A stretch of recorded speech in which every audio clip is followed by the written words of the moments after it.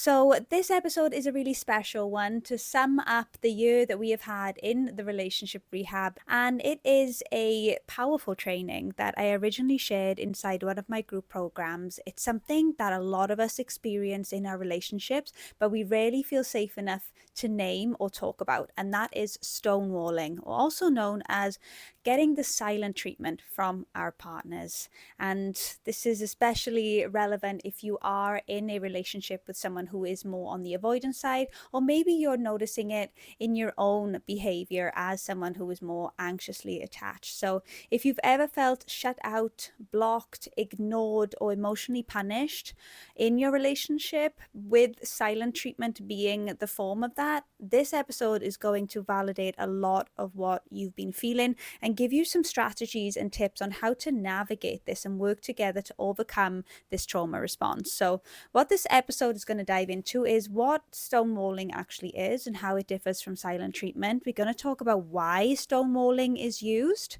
and of course it's often rooted in trauma, and how to navigate this pattern in a relationship, what to do when they block you or pull away, and how to feel okay when someone take space without abandoning yourself, and when it might be time to walk away for your own peace. So this is a biggie. This is the big one. So grab your cup of tea, take a deep breath, and know this, that you're not crazy, that you're not too much. There's nothing wrong with you for experiencing this behavior in your relationship, and you deserve connection that feels safe and secure. So let's get into this together. Welcome to the Relationship Rehab Podcast. I'm Sammy, a certified breakup and relationship coach, attachment specialist, former love addict, and spiritual junkie. This podcast is for you, the hopeless romantic who loves to love, and a safe space for us to explore and heal our attachment trauma, broken hearts, and love addictions. Together, we are on a mission to become the love of our own lives, so we can have successful, healthy, secure relationships with others. So if you're ready to create a life and love beyond your wildest desires, you're in the right place. Your journey towards becoming more secure in love and life starts now. Okay, guys, I want you to drop any comments or questions you have about stonewalling into the chat. This is a conversation and one that I want us to have, because stonewalling or silent treatment is awful. It's awful, and to go through it is torturous. It can seem like a form of torture. So I really want to break down what exactly is going on with the person that is doing the stonewalling and what you can do to be able to navigate the situation. What you may be doing right now that is making it worse, but what you could be doing. And we're also going to cover how you can help your avoidant partner move from stonewalling to taking space and what the differences are. And then also we're going to talk about, when is it time to walk away? Like, when do we almost be like, you know what, I've done all that I can in this situation here, and now it's time for me to walk away, and how you can do that. All right. So first of all, I just wanted to see, guys, what do you think about when I say stonewalling? Have you had any experiences in the past where you have been stonewalled? What does that mean to you? I'd love to know if you have any form of definition or experience of what that is. The difference between stonewalling and silent treatment. Silent treatment is a form of stonewalling, but it's not stonewalling in its completeness, if that makes sense. So silent treatment is when they completely withdraw. They just don't talk to you. They ignore you. They don't get back to your calls. They don't get back to your texts. That is the silent treatment. And again, awful. Stonewalling can also be shutting you down. So you want to talk about something that happened, but they're like, no, I don't have time for this. I don't want to. It doesn't need to be talked about. Dismissing you. They could be dismissing your feelings. They could be dismissing that you need to talk about this again. So that is exactly what happened in a relationship that I was in. I really wanted to talk through something that was bothering me, that I felt like wasn't completely resolved for me. And I was trying to have that conversation with them, and they were shutting me down all the time, giving me excuses as to why now is not a good time. And then it just all came to a head where they're like, I don't want to talk about it. Like, you are crazy. You are crazy for wanting to talk about this over and over again. Like, it's done. And we weren't talking about it over and over again. We talked about it once. I was then feeling crazy for wanting to have another conversation about this because it felt so unresolved for me. And I ended up apologizing. I was like, I'm so sorry. Okay, I guess I'll deal with this on my own. And that's not a relationship. To deal with something on your own that feels so unresolved is not a relationship. A secure partner would have come into that situation and been like, okay, I can see that this is still upsetting you. Let's see if I can help you work through it. Well, what do you need in order to get through it, right? They would be sitting with you, not against you, and pushing you away in terms of like, you are the crazy one and we don't need to do this. And yes, it absolutely can be used as a form of manipulation. So someone asked me this question, when does it become manipulation?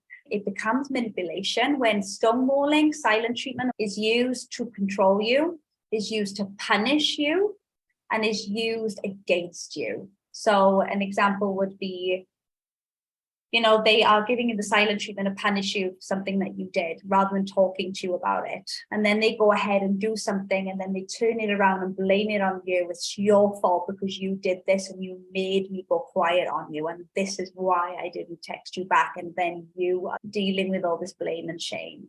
That is when it becomes manipulation over a strategy to deal with uncomfortable emotions that they are working through.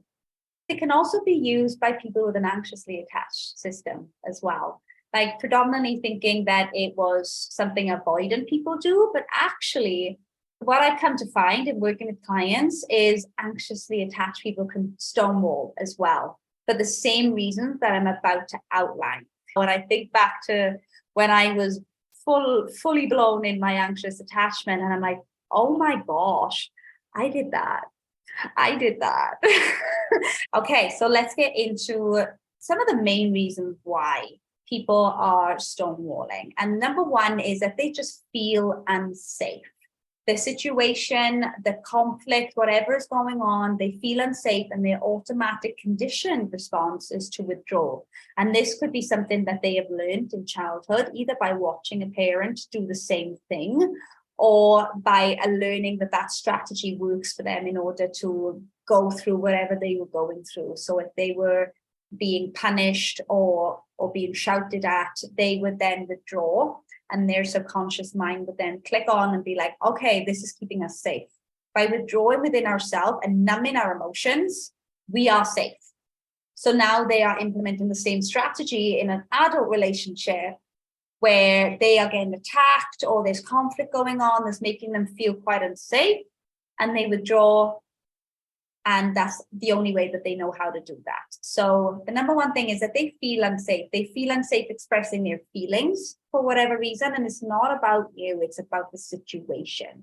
For some reason, cannot express their feelings in that moment with you, with anybody, because in their past, expressing their feelings meant punishment, meant they were shamed for expressing their feelings. So what they did then was shut them down. They shut down the feelings, and that's when they start to feel numb. So when you're asking someone who's stonewalling, how do you feel? Talk to me about how you feel. They genuinely can't. They can't because they don't know how they feel. That is them deactivating themselves and going numb. When you are so heightened with emotions and you're like, oh my God, they're going off the chart. I'm feeling like a volcano right now. They're actually the opposite. They're like, I don't know what to feel. I feel nothing. So therefore, I'm just going to say nothing because I don't know how to. And that leads me on to the second one, is that they have no idea how to communicate. They either don't know, they even haven't been modeled that. So their parents about an unhealthy communication strategy in their childhood.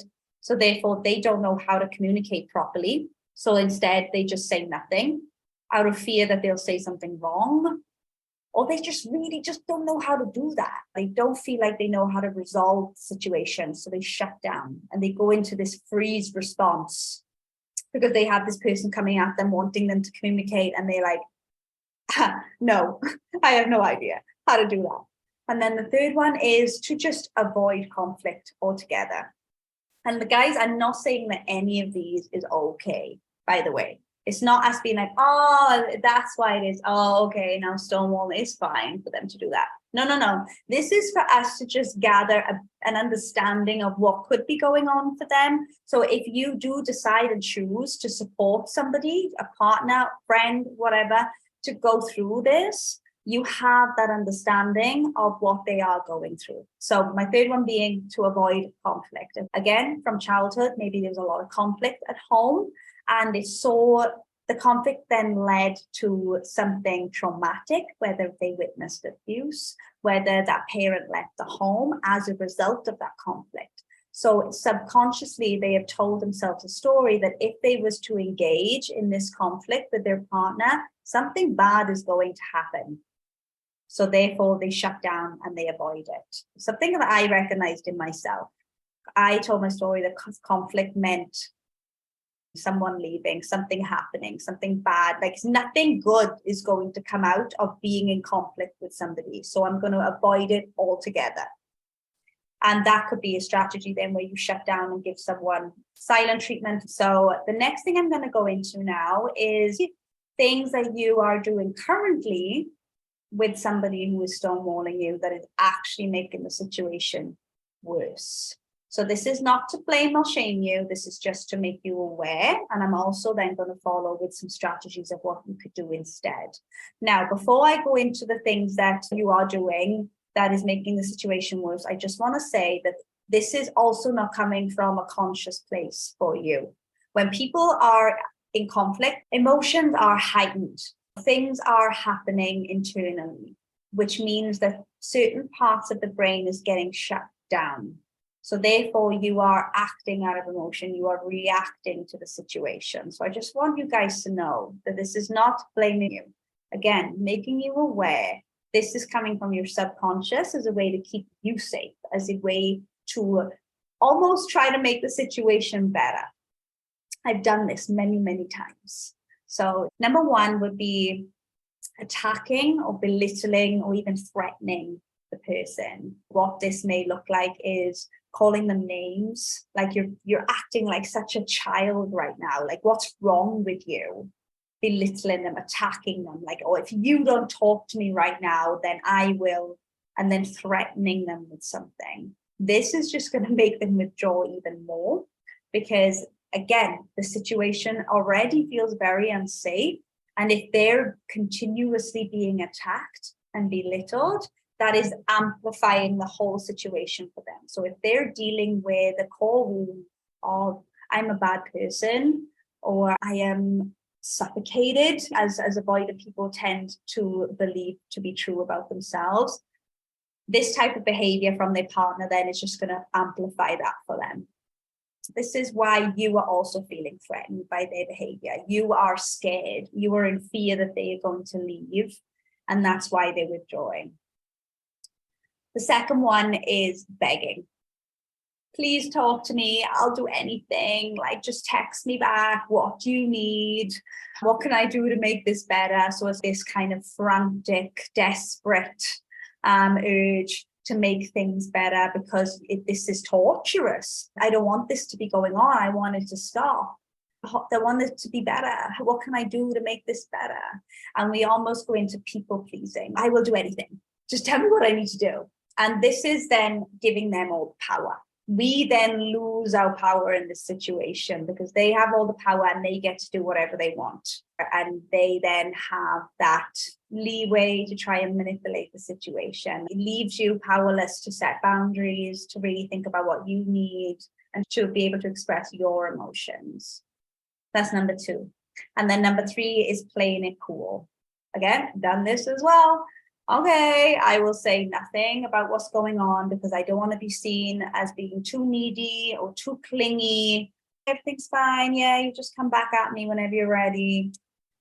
No, if you are not okay with it, you are not okay with it.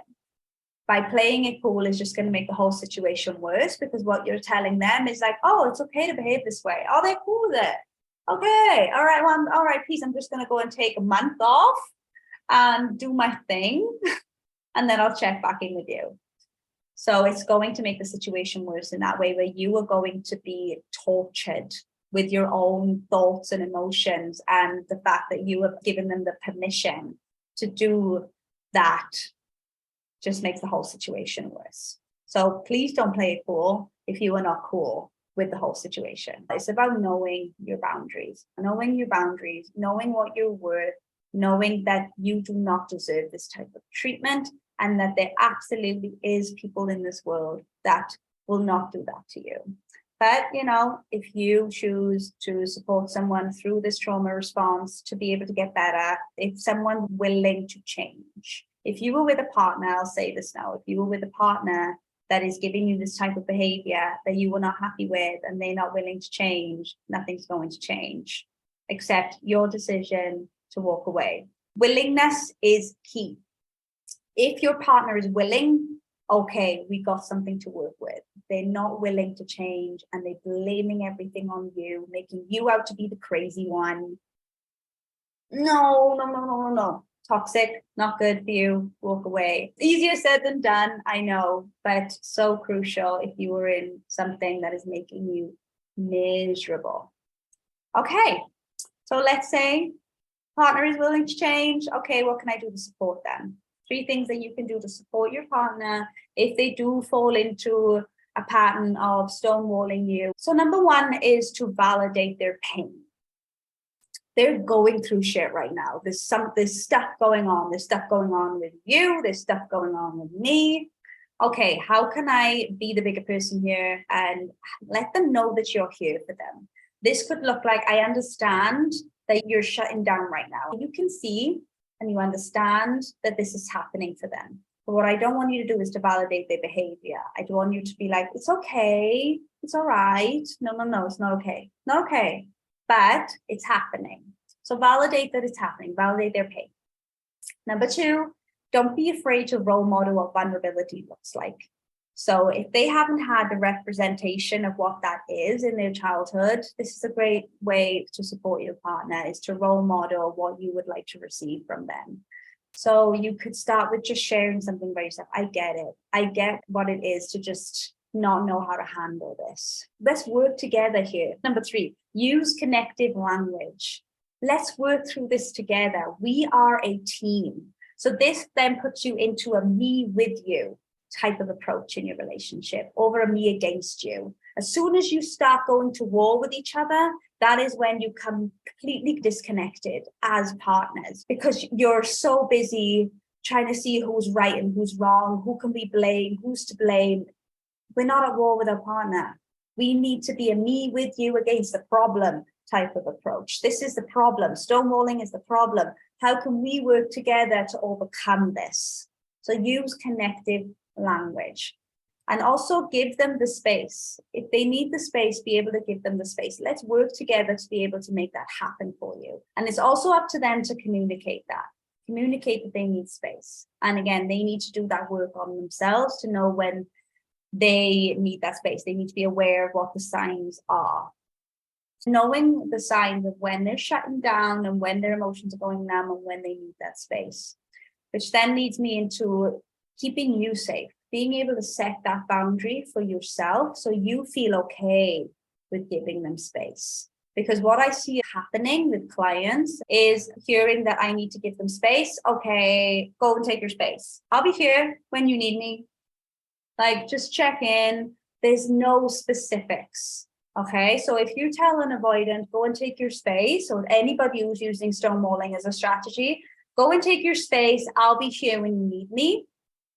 That's leaving everything wide open for them to take space for a month because you haven't set that boundary.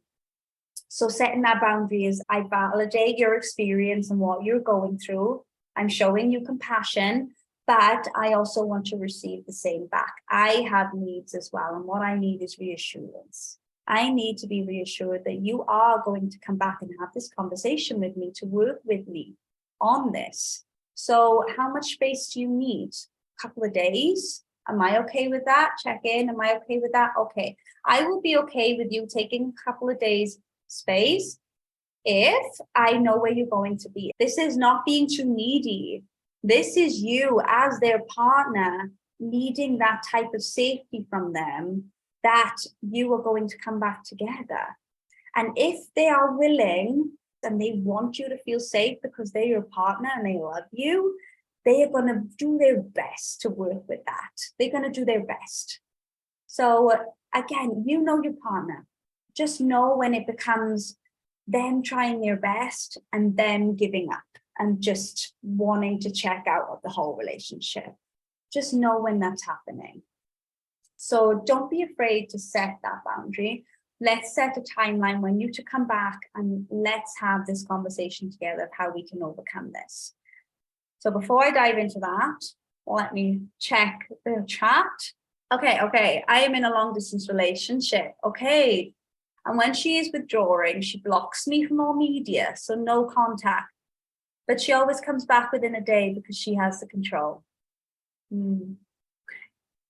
Question, do you think it's fair to block you on social media? This is what I see a lot as well, is when people can't cope with the relationship or with the conflict or with the situation, the easiest thing for them to do is just to block you. But then it gives them instant relief to block you from social media.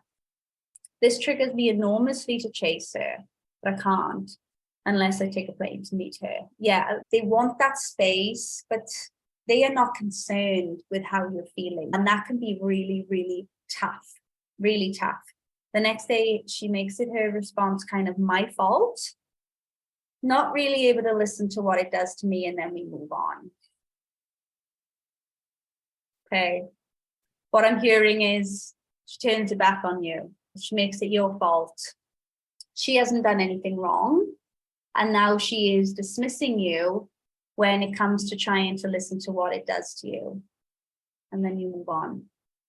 If she is shutting you down and not willing to talk to you about it, long distance relationship for a lot of people is very safe, especially if they're avoidant, because they can still have their independence and their freedom. But then if you're more anxiously attached, it's very unsafe and you need even more reassurance. And, we can work on developing confidence to be able to express, because that's where playing it cool comes from, is not having the confidence and instead having the beliefs that I'm being too needy and I'm being too much and I don't know how to ask for my needs to be met. So instead, easiest way to do things is to just play it cool, keep them in my life in some way and not rock the boat. I'm sure it's torturous and you hate it. Feels like she's breadcrumbing me. I guess it's the dopamine that keeps me in this. Absolutely. It's the push and pull. It's the chase. It's the highs. It's the lows that we're all familiar with and keeps us trapped in these toxic relationships. It is toxic behavior. I am very sure of that. If she's blocking you and dismissing how your experience and not willing to give you the space to listen to that, that's something I would really invite you to sit with and think about, and even reach out to me as well if you do need some support with that, because I know it can be so lonely and awful to try and work this through for yourself. Okay, and thank you for your openness and vulnerability, guys, because I know it takes a lot for sure, because I know that it can be quite triggering. It can be quite triggering to hear this type of stuff. All right, where are we? Okay, so let's say partner is willing to make these changes. You're willing to support them in these changes. And what I will say as well, the more securely attached you are, the more you work on your own attachment style to become more secure, the easier it will be to support a partner that uses stonewalling as a strategy to avoid or to keep safe. The more secure you are, the easier it will be. Continue to work on yourself and becoming more secure within yourself. Because if you're dealing with a very hypersensitive, explosive, anxiously attached system, you guys are just going to trigger each other time and time again. You're going to be like mouse traps. And I've been in this. And it's not pleasant, but it does keep you on that roller coaster of highs and lows, because it can be seen as quite exciting and also familiar to your subconscious as well. So the more securely attached that you become, the more confidence you'll have in setting boundaries and knowing your worth, the more that you will be able to see that, hang on a minute, I don't need to put up with this toxic behavior. In fact, I deserve more. So I am going to challenge my partner to meet that standard if they are willing to do so. let's go into how you can do that. Stonewalling is a trauma response, but what it does is severs connection between partners and it hurts the other person as well. We've already gone through what that does. Taking space is a strategy that's used for someone when they are emotionally flooded or they are just not able or capable in that moment to meet their partner where they're at or to be able to have that healthy discussion. Taking up space can be triggering for someone with an anxious attachment who wants to solve the situation now. Like I said, it really helps for you to be able to get your own needs met and to be able to regulate your emotions if you're going to help a partner and be willing to give them that space that they need. So it can be super healthy. We don't typically recognize when we need space, but we need space too. But we don't recognize that because we're so hyper focused on solving the situation, on getting back to normal, on getting that reassurance and validation and connection that we're so desperately needing in that moment from our partner. But in the meantime, we are also flooded with emotions, and we are reacting from those emotions as well. And we may say things that we don't mean. We may do things that we don't mean to do. We are in reactive mode. And we don't recognize that we need space. So when I started practicing this in my own relationships of being able to ask for space and being able to give myself that space to just calm down, it's a game changer. It's an absolute game changer. Because the way that I describe it as is, when you are emotionally flooded, you're literally drowning in your emotions and you can't think straight. It's scientifically proven that the amygdala in your brain, which controls your rational thoughts, actually shuts down. So if you think about like the way that your brain works, when you are emotionally triggered, you are currently in survival mode. So in order for your brain to do its job to keep you safe, it needs to shut this part down. It needs to shut down the rational. And the side which shows empathy, need to shut it down because right now we're only focused on survival. So by taking a pause, by taking a break, by taking space, you are giving yourself that space to calm your brain down and to be able to reopen that side of your brain. So you can think more rationally. You can come back into that space with your partner. Okay, I've calmed down now. I can think a little bit more clearly. I can see your side now. I can see where you're coming from now. Before I couldn't because I was drowning in my anxiety and my emotions. Now I can understand. So taking space is super, super healthy. So just know it's not a bad thing if your partner wants to take space. It's just them needing to regulate themselves. But the first thing you need to do is one, know the signs of when you need to take space. So for me, it would be when my memory would go. My partner would say, do you remember you said that to me? Do you remember that happened? And I genuinely couldn't recall. I couldn't recall because I know now that my brain has shut down that part. It's shut down the memory in my brain. That is one sign that I'm aware of when I need to take space. Two is when I just want to cry. Then I know that I'm emotionally flooded is when the tears want to come. That's another sign I need to take some space. I'm emotionally flooded right now. So knowing your own signs and your partner knowing their own signs of when they need space. So for an avoidant person, it could be when they start to retreat within themselves. They start to go numb. When they start to have thoughts about running away, that could be a sign for them. So have that conversation, obviously not in the midst of them stonewalling you, but when things are good between you guys, have that conversation. What does it feel like for you to shut down? Like, what does it look like for you? Because the feelings are not there. What does it look like for you? Share you as well. Like, okay, maybe I can start taking space when this happens to me. Like I said, you're a team. Work on this together of what that looks like. And then communicate. Communicate that you need to take space. Communicate. I need space right now. I'm feeling all this thing like we spoke about before. It's all happening for me. I need to take some space. Let's just pause. Have you guys ever watched How I Met Your Mother? You know that TV series, How I Met Your Mother? There's an episode in there where Lily and can't remember the dude's name. They're in full flow. They're in full fighting mode. They're fighting with each other. They're like nearly breaking up. And I think it's Lily that goes, pause. I need a pause. Let's pause. And it's such a great scene where they just stop. They just stop and they're like, we need space. We need to calm down. And that's what, and I was like, wow, game changer. I need to do that. That is what that looks like.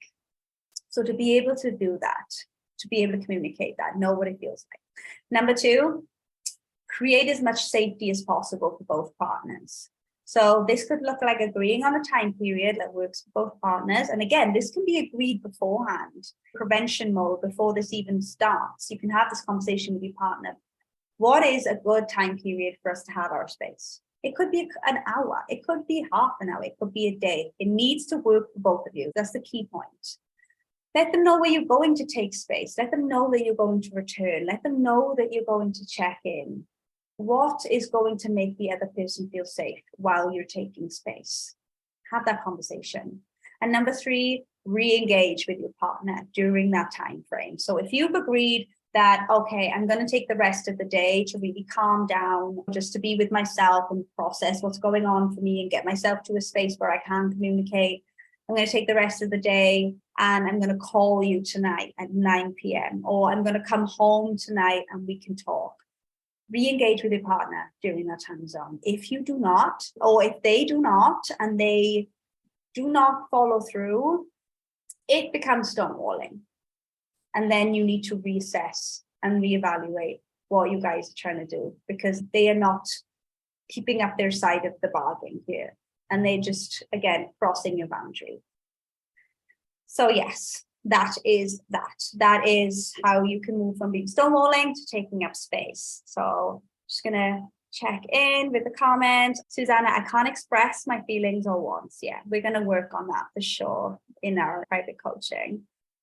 Jerome, because your partner will then explode, right? Oh, okay, because then, is that what you're worried about, that your partner will explode? Is that the fear of why you're holding back on expressing your feelings and wants? All right, guys, so the last section of this training is, when is it time to walk away? You've gained this understanding of why someone may be stonewalling. You've gained an understanding of the things that you may be doing that is making the situation worse, and you're trying to meet your partner halfway. You've received some strategies now of what you could do and how to be able to work with your partner in being able to move from stonewalling to taking space. You know now that boundaries need to be set and how to do that. Let's talk about, when is it the right time to walk away? And I know this can be quite triggering, especially if you're anxiously attached, because sometimes we don't even see that as an option of walking away from our partner because we love them so much. And we then abandon ourselves to be able to allow our partner to continue with this type of behavior. But as long as they're in our lives, it's okay, right? No, not okay. And the more that you work on knowing your own worth and value and being able to manage your anxiety and being able to really work through your abandonment wounds, your rejection wounds that we're all carrying, then you will be able to walk away. It's not going to be easy. Like, this isn't easy. I think if anybody finds walking away from partners easy, either they weren't in it to begin with, or they have things that they really need to work through. Walking away from someone you love, walking away from a relationship where you saw a future with someone is not easy. So just know that it's going to be difficult, but being able to have the mental strength and put you first in this situation is huge self-love. It's huge self-love. I remember the first time I walked away from a partner, oh my God, I had all the voices in my head screaming at me like, what have you done? What have you done? Go back. This is no. And they're like, like this. And it felt so strong. I felt so strong that I just did the wrong thing and I need to go back and then make things right. But what I come to realize is this is my abandonment wound coming up. By leaving this partner, I am now abandoned. I'm now alone. Whereas what I didn't realize at the time was I was abandoning myself by putting their needs first. And I was feeling alone anyway in the relationship. So like I said, it's so important for you to do this work to be able to heal your anxious attachment To be able to be in that position where you are mentally strong to walk away from someone who is displaying toxic behavior in a relationship. But for now, for the sake of this training, I'm going to give you 3 signs of what I've seen in my own experience, in my work professionally, of when is the time to walk away. So if you're ticking any of these boxes, to be honest, 1 out of 3 is food for thought. So number 1 is if nothing is changing. If nothing is changing, like I said to you earlier, guys, if your partner is not willing to change, and you might hear things like, I don't need to change, I'm not going to change. These are all red flags. And what I've heard as well from a client of mine is, yeah, but they make a little bit of change, but then they go back. And then they're making a little bit of change and then they go back. That's still not willingness. That is almost changing as a way to keep you hanging on the string. When things were really like at a point of we're going to break up or something needs to happen, they would make a small little change in order for their partner to be like, okay, everything's fine. And then when that partner realizes that everything is back to normal, they'll revert back to the original behavior. So they're using it almost like a manipulation tactic to keep you in the relationship, keep you hanging on the string. I'm going to make this change because you're telling me that if I don't, you're going to leave the relationship. So I'm going to make this small change, but really I don't want to change. I don't want to change for me. So I'm going to revert back to my old behavior when I can see things are all calm again. People need to change for themselves. You can only change yourself. You can't lead a horse to a water and expect it to drink. So you can make all the ultimatums you want about leaving the relationship if they don't change. And they can make those small ones to keep you dangling. But if they're not willing to change for themselves or for the relationship to be able to work with you on that, red flags. So if nothing is changing and they're just really not willing to, that's the first sign. The second sign is if they're unwilling to meet your needs. So like I said before, if you're like, I'm willing to meet your need for space, however, I deserve to have my needs met as well. And if we're going to work together on this, I need validation. I need reassurance that you are going to come home tonight. Otherwise, I'm not going to sleep. I'm not going to be able to focus on my work. This is what I require. And if they're like, no, can't do it, I'm not giving you that. I'm going to take all the space I need. My needs are more important than yours. That's what's being said here.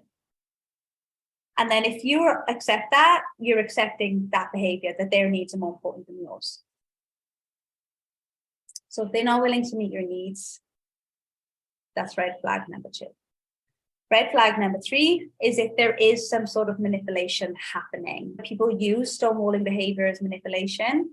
If you are being blamed and shamed for everything, if they're making it to be your fault, if they're punishing you by giving you the silent treatment as a form of punishment, as a way to torture you, that's manipulation. So if you can identify any 3 of those in your relationship, I would invite you to really evaluate whether this is serving you, whether this is something that is making you happy, if this is something that you want to continue doing in your life. If you do need to talk anything through, I'm here for it. Please reach out. You're not alone. You're not alone in this at all. We are here for you. I am here for you if you are going through something. So I'm just going to go through the comments one more time. So if there's any questions at all, please drop them in now. Okay. So just got you in time to hear the 3 recommendations. Pause, agree to come together, follow through. Absolutely. My ex wouldn't talk about certain things for a lifetime, 30 years, doesn't look into anything I've explained about avoidance for one solid year. When you have a partner that is just not willing to look at themselves, and what could be happening as well, which I want you guys to be aware of, if you're bombarding your partner with read this book, watch this video, do this thing, this can also be more like perceived as an attack for them. Like, oh my God, you're not accepting me for who I am, and I'm just going to withdraw from you now because I feel shame, I feel attacked, all those things. And I know you're doing it out of desperation for them to make these changes.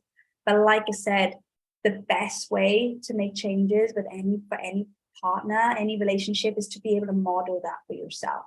be able to come to them and be like, okay, I am going to work on how I can meet your needs better. Let's talk about your needs. And then through that, you can be like, okay, I can understand you a bit more now. Would you like to understand me more on what I need? And if they're like, no, again, reevaluate whether this is actually a partnership. Okay. He was good in so many ways. Yeah. I mean, avoidant people are good people.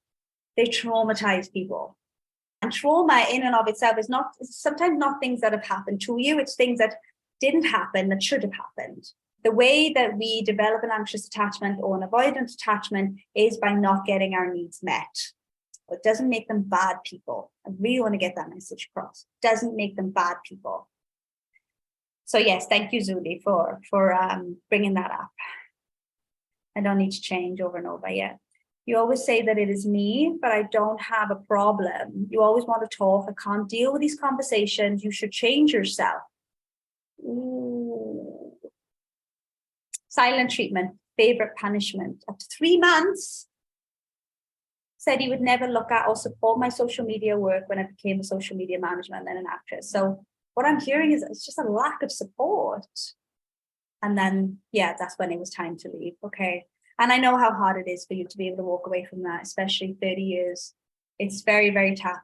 It's tough, guys. It's tough. You know, relationships are tricky. They are complex. There's never a black and white answer. There's so many shades of gray when it comes to relationship. So please, everything that I've said in this training, take it, leave it, do what you want with it. Some things may resonate, some things may not. This is a very generalized approach when I give these types of training. If you do need that personalized touch, you do need that personalized advice, please get in touch with me. I do have coaching services where I work with clients to really unpack their own personal wounds, situations, issues that are going on in their life. Reach out. We can absolutely have that conversation. Thank you so, so much for joining me here live. Thank you for your time, your attention. Thank you for showing up for yourself. Thank you for showing up for your relationships. I know how important this is for you. I know just by you being here, this is important for you. So I honor you for that. Lots of love, and I'll speak to you soon. Bye, guys. Thank you so much for joining me on the Relationship Rehab podcast. I hope that this episode has supported you in healing, growing, and evolving out of insecure attachment and unhealthy relationship patterns and into safe, authentic love with yourself and others. If you enjoyed the episode, it would mean the absolute world to me if you would just take a second to rate and review this podcast.